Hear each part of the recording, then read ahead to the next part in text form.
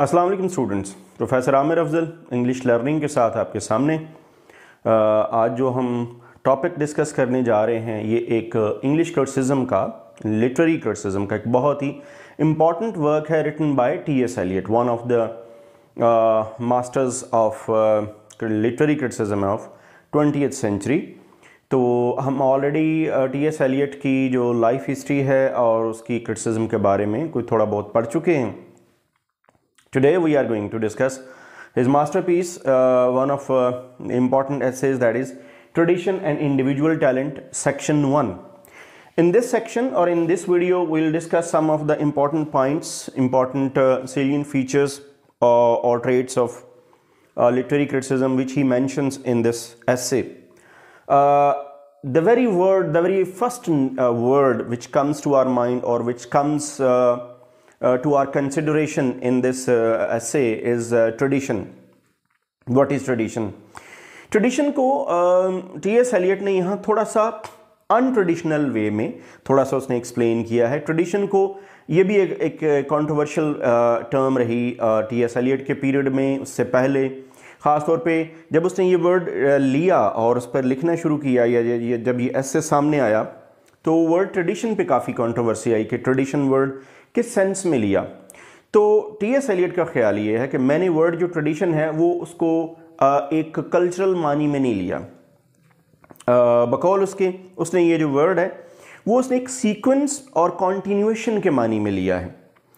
Tradition क्या है? हम आम तौर पे इसको डिफाइन इस तरह से करते हैं कि tradition is such a set of values which is transferred from one generation to another.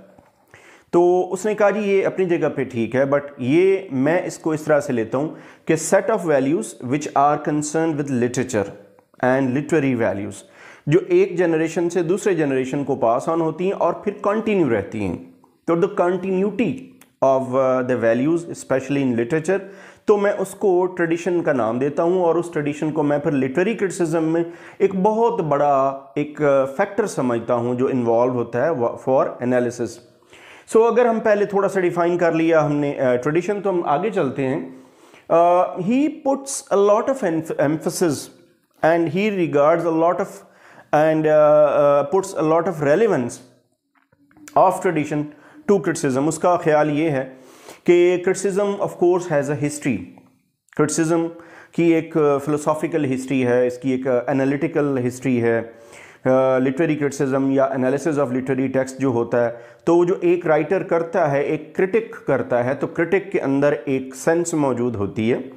तो बेसिकली जो एक क्रिटिक जिस पॉइंट ऑफ व्यू से, जिस लेंस के थ्रू किसी भी पीस ऑफ राइटिंग को एनालाइज कर रहा होता है, तो वो उसके नॉलेज के ऊपर बेस करती है। तो जो नॉलेज है वो कहाँ से लिया होता है? He has taken that knowledge from past writers, authors, history से लिया हुआ होता है।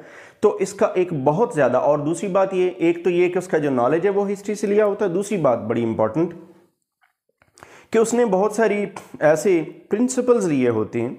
जो एक क्रिटिक होता है वो प्रिंसिपल्स भी डिराइव करता है फ्रॉम द पास्ट ऑथर्स। तो इसका एक बड़ा गहरा ताल्लुक है क्रिटिसिज्म के साथ इसका ट्रेडिशन का। बकौल T.S. Eliot के ट्रू ट्रेडिशन जो है वो कोई एक इमिटेशन नहीं है। It is not mayor imitation, rather it is of my wider significance. इसका ताल्लुक हिस्ट्री से है, इसका एक वाइडर सिग्निफिकेंस है इसकी, वाइडर इन द सेंस कि it encompasses not only the present life, rather it encompasses the past life, the past values, past works, past principles. तो इसका जो ताल्लुक है वो सिर्फ एक आप सिर्फ इमिटेशन के तौर पे नहीं लेते। हम ये करते हैं कि हम इसको यूँ समझते हैं कि जो इनफैक्ट पूरे का पूरा लिटरेरी वर्क को उसके ऊपर अप्लाई करता है। सो दैट्स वाई ये एक ट्रेडिशन जो है ये एक मियर इमिटेशन नहीं है, तो ये एक इमिटेशन से बढ़ के कुछ है। ट्रेडिशन एंड हिस्टोरिकल सेंस, हाँ ये एक वर्ड जो है वो हम इसके साथ मिक्स करके या हम उसको कंबाइन करके पढ़ सकते हैं।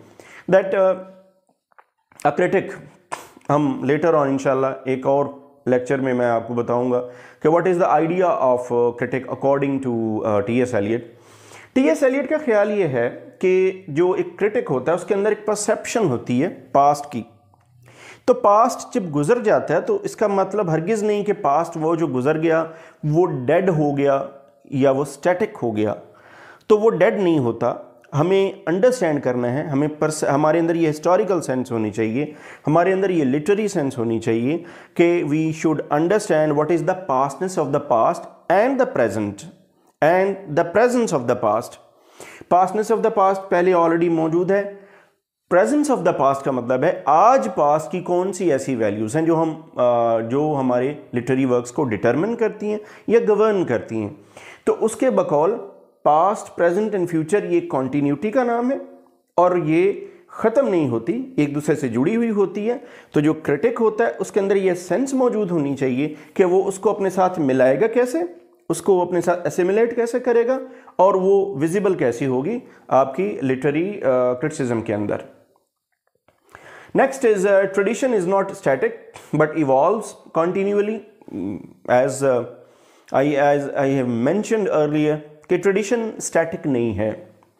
स्टैटिक नहीं है, उसने मिसाल इस तरह से दी है कि जैसे एक पानी, एक नदी होती है, एक स्ट्रीम होती है, it goes on, it flows with the passage of time, और इसका एक सिलसिला चलता रहता है और इसमें कई एक बड़ा जैसे रिवर होता है, उस बड़े रिवर के अंदर कई नदी नाले जो हैं वो शामिल होते रहते हैं। तो एक ट्रेडिशन जो होती है सॉलिड ट्रेडिशन वो चलती है, उसमें छोटे छोटे कई ट्रिब्यूटरीज जो होती हैं वो उसमें शामिल होती रहती हैं।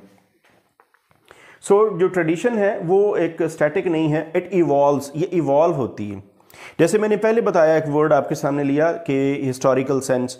तो हिस्ट्री जो होती है वो हिस्ट्री अगर तो वो सिर्फ फैक्ट्स की हद तक तो वो स्टैटिक होती है, बट अगर वो ट्रेडिशन हो, अगर वो एक लिटरेरी फॉर्म में हो तो इवॉल्व होती है। वो अपना आप उस पहले से चलती हुई ट्रेडिशन के अंदर अपना इनपुट देती है और फिर आगे चलाती है फ्यूचर की तरफ।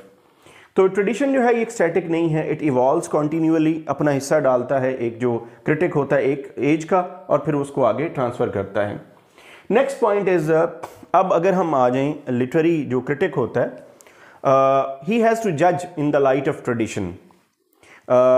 थोड़ी सी बात पहले भी मैंने की, एक क्रिटिक ने स्टैंडर्ड्स ऑफ द पास्ट पढ़ने हैं, उसके अंदर ये एक एबिलिटी होनी चाहिए कि वो पास्ट के जो आथर्स हैं उनको भी पढ़े, उन प्रिंसिपल्स को पढ़े, अपने इम्पॉर्टेंट जो फेमस आथर्स हैं उनको भी पढ़े, जो माइनर आथर्स हैं उनको भी पढ़े, and he should have a wider reading.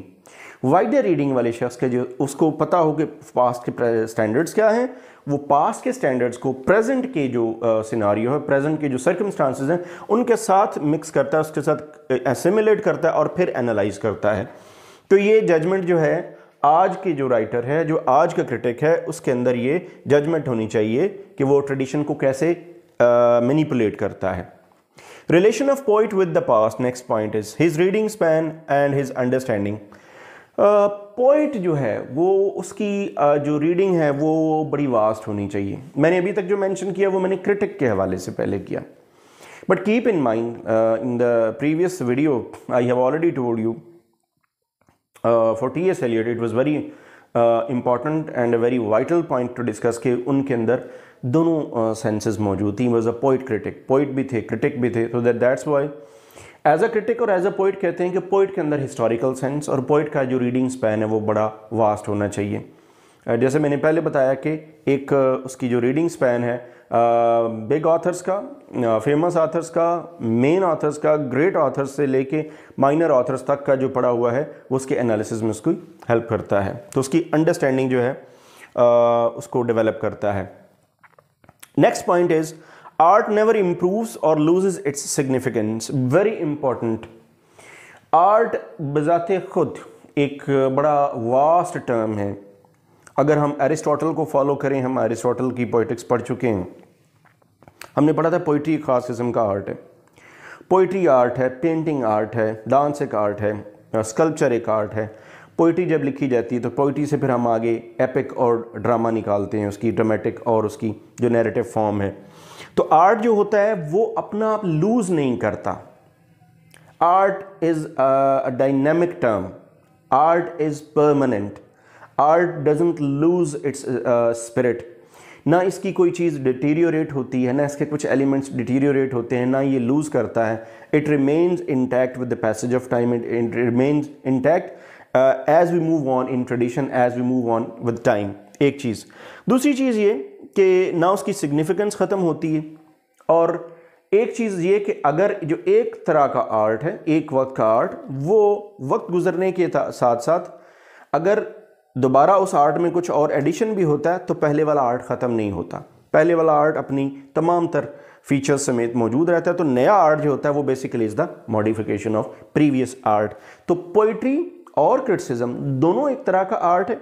तो दोनों जब ट्रेडिशन के साथ मिलते हैं तो दोनों कि जो पहले वाली एक रिकग्निशन है, जो पहले वाला स्टेटस है या आइडेंटिटी है, वो इंटैक्ट रहती है, और अगली आइडेंटिटी जो है वो उसकी एक कंटिन्यूएशन की फॉर्म में हमारे सामने आती है. Difference between past and present, very logical कि पास्ट और प्रेजेंट का डिफरेंस पता होना चाहिए. One must know what was happening in past.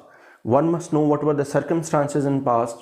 Past में हालात क्या थे, ऑथर्स कौन से थे, एज कैसी थी, circumstances, social literary circumstances and influences on the age. With the passage of time technology develop होती है. प्रेजेंट के सिनारियो में कुछ और चीज़ें शामिल हो जाती हैं, नए डायमेंशंस आती हैं. तो दोनों का डिफरेंस पता होना चाहिए, और दोनों को एक अमेलगमेशन बना के तो क्रिटिसिज्म में यूज़ होना चाहिए. How the poet absorb is to absorb the past. Poet कैसे एब्जॉर्ब करता है पास्ट को. पोइट, जितने भी हम ग्रेट पोइट्स को देखें तो जितने भी ग्रेट पोइट्स हैं वो allusions, references, historical references, Greek, Roman, Egyptian, in case of T.S. Eliot, Hindu mythology, तो वो क्या करते हैं, दे बेसिकली फ्रेगमेंट्स को इकट्ठा करते हैं. फ्रेगमेंटेड फॉर्म में जो उनका नॉलेज होता है तो वो पास्ट को प्रेजेंट के साथ मिलाते हैं, रेफरेंसेस लेते हैं, फ्यूचर को वो फोरसी करते हैं. तो ये सारी चीज़ें फ्रेगमेंट्स को जोड़ते हैं. तो इसलिए पोइट को एक सीयर और एक प्रॉफिट भी कहा जाता है कि वो फोरसी भी करता है, वो पास्ट को भी जानता है और प्रेजेंट को वो अपनी आईज से देखता है, एक उसकी जो फोरसाइट है. तो in that way he can combine all such elements in order to bring out और in order to publish good poetry. तो ये उसके अंदर एब्जॉर्प्शन वाली जो है वो क्वालिटी होनी चाहिए पोइट के अंदर, पोइट के मेथड के अंदर. Last point of the first section is कि ये एक बड़ी ही इंपॉर्टेंट ये पॉइंट है, that is impersonality in theory, in poetry. Impersonalization क्या है, ये बहुत ज़्यादा एम्फेसाइज करता है T.S. Eliot कि देखें, आपने ट्रेडिशन को फॉलो किया, पास्टनेस ऑफ द पास्ट, आपने इसको प्रेजेंट में परखा, आपने उसको एनालाइज किया, आपने उसको यूज़ किया. बट मोस्ट इंपॉर्टेंटली आपने क्या करना है, you don't have to include your own personal self in analysis. You have to, objectivity is very important to T.S. Eliot. Criticism के अंदर ऑब्जेक्टिविटी इज़ द की. वो कहता है अपने आप को, you have to keep yourself away, you have to keep yourself from at a distance while analysing something. तो इनकी एक जो थियरी ऑफ इम्पर्सनैलिटी है, या थियरी ऑफ इम्पर्सनलाइजेशन है, वो बड़ी इंपॉर्टेंट है इनके एनालिसिस में.